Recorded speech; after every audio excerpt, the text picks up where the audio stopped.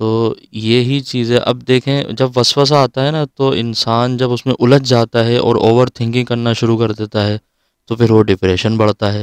جب ڈپریشن بڑھتا ہے تو پھر وہ انزائٹی کی کیفیت ہو جاتی ہے، ذہنی تناؤ شروع ہو جاتا ہے، ذہنی کھنچاؤ شروع ہو جاتا ہے. اب جس کی وجہ سے انسان الجھتا ہے، الجھنے کے بعد پھر وہ غلط فیصلے کرنا شروع کر دیتا ہے، جس کی وجہ سے مزید تباہی شروع ہو جاتی ہے. تو اصل جو بنیادی چیز ہے وہ ہے وسوسوں کا حل.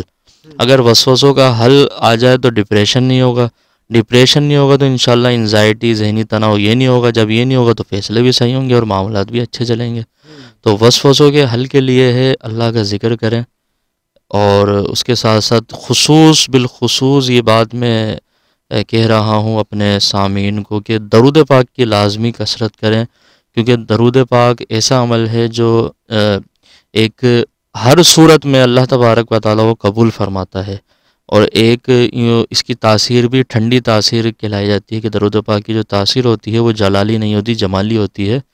ایک ٹھنڈی تاثیر ہوتی ہے، بآسانی ہر انسان پڑھ سکتا ہے اور خوبصورتی کے ساتھ اپنی زندگی کو سر بسر کر سکتا ہے.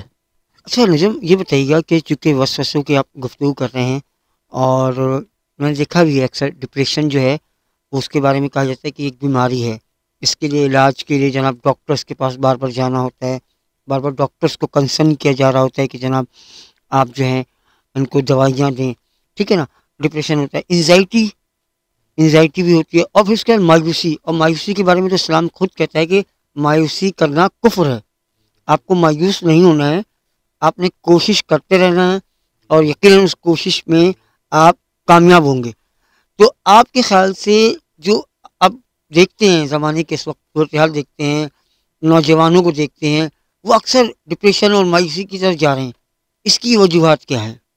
جی بالکل. مایوسی دیکھیں، یہ حقیقت بات ہے کہ مایوسی ایک کفر ہے، اور قرآن و حدیث میں بھی منع فرمایا گیا ہے. مایوسی سے ریلیٹڈ بہت سارے باتیں ملتی ہیں.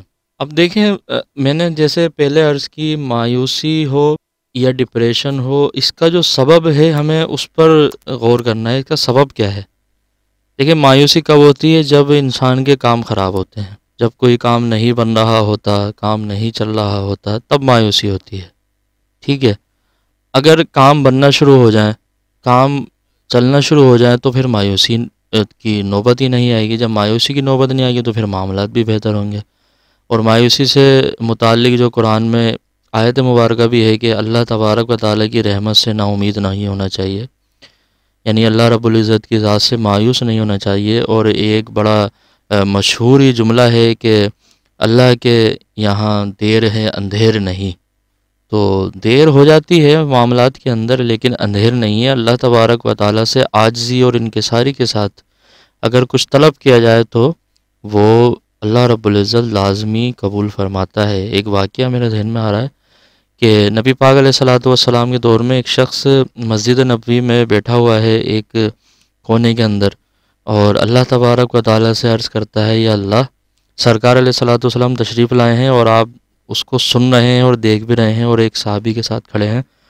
تو وہ شخص عرض کر رہا ہے، یا اللہ، تو میرا مالک ہے، تو میرا مولا ہے، تو رحمان تو رحیم ہے میرے مالک.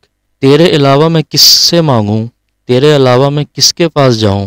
تو ہی میرا مالک ہے، میں تجھی سے مانگتا ہوں، تیرے ہی آگے ہاتھ پھیلایا ہوا ہوں، میری یہ دعا قبول فرما لے، میرا فلاں کام کر دے. اب یہ جو جملے تھے نا اس کے کہ مولا تو ہی میرا مالک ہے، میں تیرے علاوہ کس کے پاس جاؤں، آصف بھائی، جب اس نے یہ جملے کہے اس شخص نے، تو سرکار علیہ الصلوۃ والسلام نے مسکرا کر اپنے صحابی سے فرمایا کہ اے میرے صحابی، اس کی دعا یہ قبول ہو گئی. کیونکہ اس کے یہ جو جملے ہیں نا کہ مولا تو میرا مالک ہے، میں تیرے علاوہ کس سے مانگوں گا، میرا تو کوئی ہے ہی نہیں، تجھی سے مانگوں گا تو ہی دے گا.